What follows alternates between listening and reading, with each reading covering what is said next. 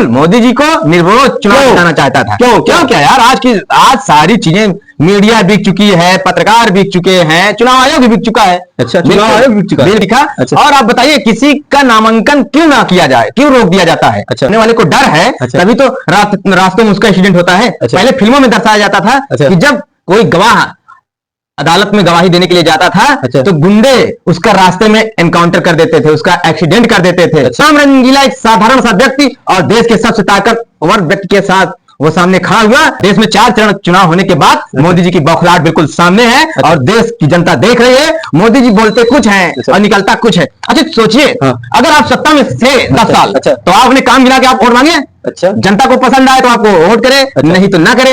आप केजरीवाल की तरह वोट क्यों नहीं मांगते? अच्छा। दिल्ली की गलियों से वो केजरीवाल बोल रहा है कि साथियों, अगर हमने आपके बच्चों की शिक्षा के लिए काम नहीं किया तो हमको वोट मत दीजिए। अच्छा। आपके स्वास्थ्य के लिए काम नहीं किया तो हमको वोट मत दीजिए। आपके बिजली पानी की सुविधा में नहीं किया तो आप हमको वोट मत दीजिए। अच्छा। वो इस तरीके से वो काम पर वोट मांग रहा है, और मोदी जी है राम के नाम पर वोट मांग रहे हैं।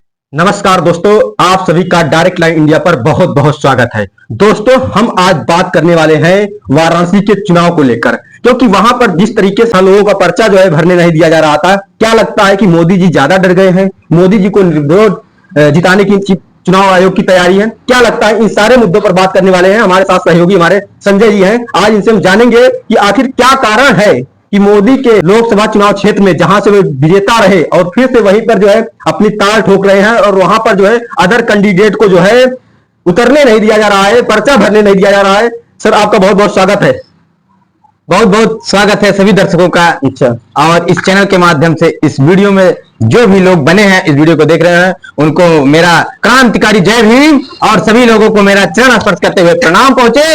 और जिस मुद्दे की आप बात कर रहे हैं, वाराणसी मुद्दे की, जहां से मोदी जी सांसद रहे हैं, वहां से प्रधानमंत्री चुनकर दिल्ली गए, और वहां की जनता इनको कितना प्यार दे रही है, अब इस बात पर मोदी जी खुद संतुष्ट है या नहीं? अच्छा, क्या कैसी स्थिति है? अच्छा, जिस तरीके से मैं एक सवाल पूछना चाहता हूं आपसे कि वहां पर जब लोग पर्चा भरने गए, जैसे छेदू चमार जो कौशाम्बी के थे, वो भी कह रहे थे हम पर्चा भरने जा रहे थे, उनका एक्सीडेंट रास्ते में हो जाता है और उनके सारथी और दोनों की चोट से हो जाती है, घायल हो जाते हैं। और जो है वहां ब्रजभूषण दुबे भी गए थे, जो सोशल एक्टिविस्ट हैं, और श्याम रंगीला जो उनकी बातों में, उनकी आवाज में मिमिक्री करने वाले और उनको ट्रोल करते हैं, वो खुद पर्चा भरने गए थे, उनका भी पर्चा रद्द लगता है। मोदी जी ज्यादा डरे हैं कि निर्वाचन आयोग जो उनको निर्विरोध जिताना चाहता है? क्या तानाशाही की ओर हमारा देश अग्रसर है? ये बताइए। आप इस बात पर बिल्कुल सहमत हो जाइए। अगर ये बीजेपी गवर्नमेंट रहेगी तो ये तानाशाह की ओर जा रहा है देश हमारा। सही, बिल्कुल जा रहा है। और सोचिए, मोदी जी जिस क्षेत्र से सांसद रहे और प्रधानमंत्री बने, अच्छा, वहां की जनता इनको कितना प्यार करती है। अच्छा, ये चुनाव आयोग वहां पर किसी को पर्चा दाखिल नहीं करने दे रहा है। अच्छा, सभी को, जितने लोग वहां जा रहे हैं, जैसे आप बात किए श्याम रंगीला जी की। अच्छा, श्याम रंगीला एक साधारण सा व्यक्ति और देश के सबसे ताकतवर व्यक्ति के साथ वो सामने खड़ा हुआ।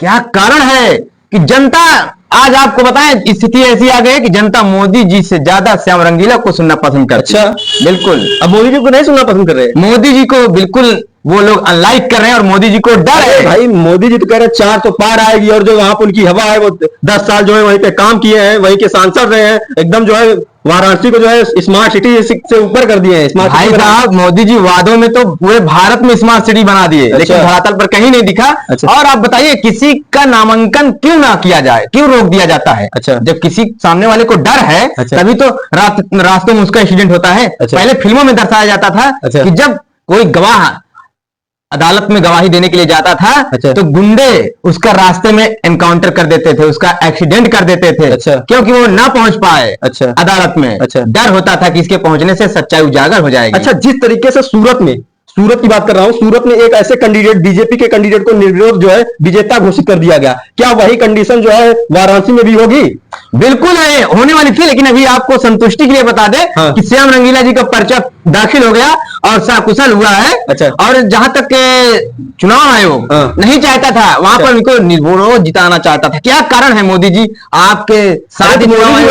वैसे ही जो है बहुत बड़े स्टार है, बहुत बड़े जो है उनको लोग सुनने वाले हैं, वो खुद जो है जीत जाएंगे सबसे ज्यादा वोट से। क्या लगता है, डर लग रहा है क्या? ये आपकी गलतफहमी है। अच्छा। देश में 4 चरण चुनाव होने के बाद मोदी जी की बौखलाहट बिल्कुल सामने है। अच्छा। और देश की जनता देख रही है, मोदी जी बोलते कुछ हैं अच्छा। और निकलता कुछ है। अच्छा सोचिए, हाँ। अगर आप सत्ता में थे 10 साल, अच्छा। तो आप अपने काम गिना के आप वोट मांगे। अच्छा। जनता को पसंद आए तो आपको वोट करे, अच्छा। नहीं तो ना करे। अच्छा। आप केजरीवाल की तरह वोट क्यों नहीं मांगते? अच्छा। दिल्ली की गलियों से वो केजरीवाल बोल रहा है हाँ। कि साथियों, हाँ। अगर हमने आपके बच्चों की शिक्षा के लिए काम नहीं किया तो हमको वोट मत दीजिए। अच्छा। आपके स्वास्थ्य के लिए काम नहीं किया तो हमको वोट मत दीजिए। अच्छा। आपके बिजली पानी की सुविधा में नहीं किया तो आप हमको वोट मत दीजिए। अच्छा। वो इस तरीके से वो काम पर वोट मांग रहा है और मोदी जी है राम के नाम पर वोट मांग रहे हैं। अच्छा। तो ये राम के नाम पर वोट नहीं मिलेगा मोदी जी, बिल्कुल आप समझ देश लीजिए। की जनता राम के नाम पे वोट देने को तैयार है। मैं यही फूलपुर लोकसभा भी कवर कर रहा था, देखा कि नहीं कि जो है उसमें वीडियो में आप लोग देखते हैं। नहीं, आप सुनिए। हाँ। ये कुछ ऐसे लोग हैं जो अच्छा। राम के नाम पर जाने वाले हैं। हाँ। बाकी अब जनता हमारी पर जान चुकी है, उनको रोजगार चाहिए। मंदिर मस्जिद से उनका रोजगार नहीं चलेगा, उनका अच्छा। घर नहीं चलेगा। ठीक है, अरे आप भोले कैसे- बाबा के भक्त हैं भैया, प्रधानमंत्री जी वहां पे गए हुए वाराणसी। नहीं नहीं, ऐसी कुछ बातें नहीं है। अच्छा। भोले बाबा के हों चाहे बजरंग बली के हों, अच्छा। अगर ये दुष्ट हैं तो दुष्ट हैं बिल्कुल ऐसे? बिल्कुल दुष्ट हैं यार। ये अच्छा। प्रधानमंत्री हमारा, हम बोलना नहीं चाहते, गरिमा हमारी पद है। अच्छा। और कुछ शब्द नहीं बोलना चाहिए क्योंकि हमारे प्रधानमंत्री हैं। अच्छा। और प्रधानमंत्री जब से ये आए हैं, प्रधानमंत्री की गरिमा एकदम बिल्कुल खत्म हो चुकी है। अच्छा। छोटा छोटा लोग प्रधानमंत्री से ऐसे ऐसे सवाल करता है, क्यों करता है? क्योंकि झल्लाया हुआ है। अच्छा। इनके कार्यकाल में ऐसी ऐसी इनकी नीतियां रही हैं। अच्छा। जिससे जनता इनसे ऊब चुकी है। समझ अच्छा। रहे हैं?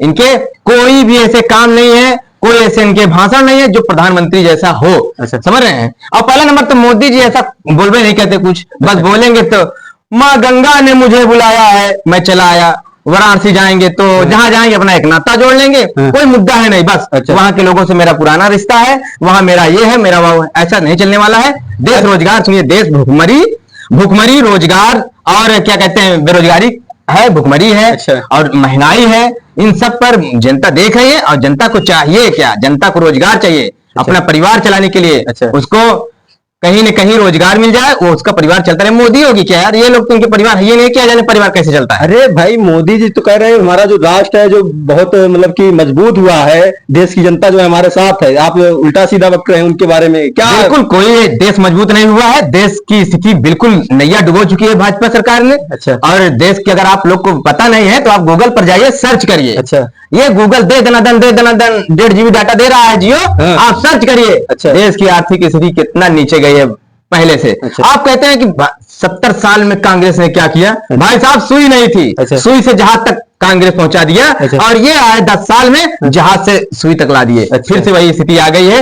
और सभी दर्शकों से मेरा तहे दिल से सबसे विनम्र निवेदन है कि इस बार लोकसभा चुनाव में आप सब, एक चीज में रोक, सुन लीजिए, आप सब लोग अपने अपने मत का सोच समझकर मतदान करिएगा। आने वाले भविष्य, आपके बच्चों का भविष्य आपके हाथ में है। नहीं, एक सवाल हमारा जो पहले मैंने पूछा था, क्या जो है मोदी जी को निर्विरोध जिताना चाहता था चुनाव आयोग की नहीं? बिल्कुल, मोदी जी को निर्विरोध चुनाव जिताना चाहता था। क्यों क्या यार?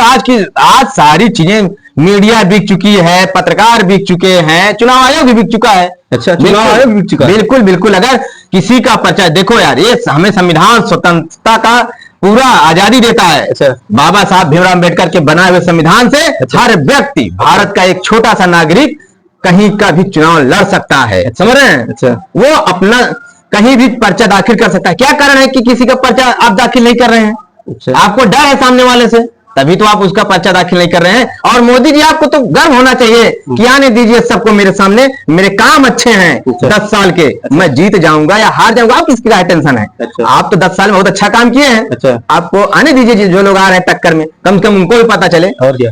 तो इससे ये पता चलता है कि मोदी जी घबराए हैं। मोदी जी 10 साल में कुछ काम नहीं किए हैं, बस बकैती जुमलेबाजी किए हैं। अच्छा। बिल्कुल। चलिए दोस्तों, आप लोगों ने देखा कि संजय जी ने किस तरीके से जो है मोदी जी के जो निर्वाचन क्षेत्र है यानी वाराणसी, वहां पर जो है चुनाव आयोग की मनमानी किस तरीके से की जा रही थी चुनाव आयोग के द्वारा, उन सारी चीजों पर चर्चा हुई। और यहाँ पर हमारे साथ जो सहयोगी हमारे संजय जी थे, उन्होंने कितना जो है जोरदार तरीके से जो है वहां पर जो मनमानी हो रही थी उसके बारे में अपनी राय दर्ज की। बाकी आपको ये वीडियो कैसा लगता है, इसके लिए आप कमेंट बॉक्स में जाकर अपना जो है राय हम तक पहुंचा सकते हैं। बाकी मैं इस वीडियो को यहीं पे अंत करता हूं। जय हिंद दोस्तों।